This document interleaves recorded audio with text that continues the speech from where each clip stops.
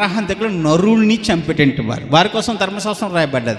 నేను ఎవరిని చంపలేదంటే తప్పు అండి.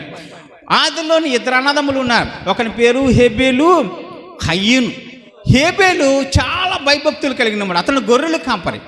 గొర్రెలు కాసేటంటే వాడు ఆకాశమందు దేవుడు ఉన్నాడని ఆదిలో మొట్టమొదటిగా గుర్తెరిగిన వ్యక్తి అతని ఆదాము. తర్వాత దేవుని యొక్క భయభక్తులు కలిగి ఒక మంచి గొర్రె పిల్లని తీసుకొని శ్రేష్టమైన గొర్రె పిల్లను వధించి దాన్ని అగ్ని మీద పెట్టి బలిపీఠం పైన పెట్టి దాన్ని బలిగా అర్పించినప్పుడు దేవుడు దానిని అంగీకరించాడనే కోపంతో తన అన్నగారని కయ్యూను తన తమ్ముడిని హేబేల్ని చంపాడు. ఊరి మీద కోపం అతనికి, నిజానికి దేవుడి మీద కోపం. దేవుడు అతని అర్పణ తీసుకోలేదు, దేవుడు అంగీకరించలేదు. కాబట్టి దేవుడిని ఏమీ చేయలేక తన తమ్ముడైన హేబేల్ని కయ్యూను చంపాడు. మొట్టమొదటి నరహంతకుడు భూమి మీద కయ్యూని. అతని వారసులు ఎంతమంది అయితే ఉన్నారో ఈ రోజున అనేక మంది